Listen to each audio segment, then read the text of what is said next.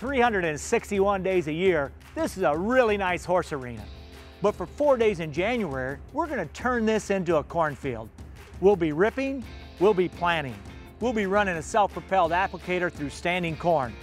We'll be harvesting corn. All this in a nice heated arena.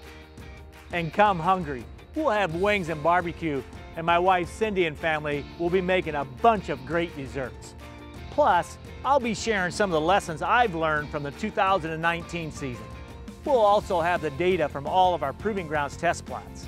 I invite you to be part of our winter open house on January 20th, 21st, 22nd, or the 23rd. The arena is just south of Tremont, Illinois. We'll kick things off at 4 in the afternoon and we'll have you on your way home by 8. It's free. Just go to 360yieldcenter.com and register. I am really looking forward to spending the evening with you at our 360 Winter Open House. Be sure to register at 360yieldcenter.com.